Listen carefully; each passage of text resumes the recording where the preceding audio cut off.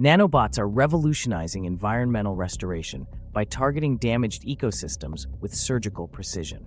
These tiny machines are employed in the remediation of polluted areas, where they break down contaminants into harmless byproducts.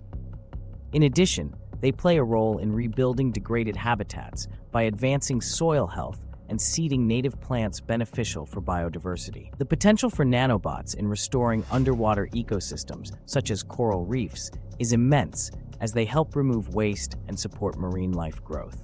These advancements represent a significant leap in using technology to address environmental challenges and ensure Earth's delicate ecosystems are preserved and revitalized for future generations.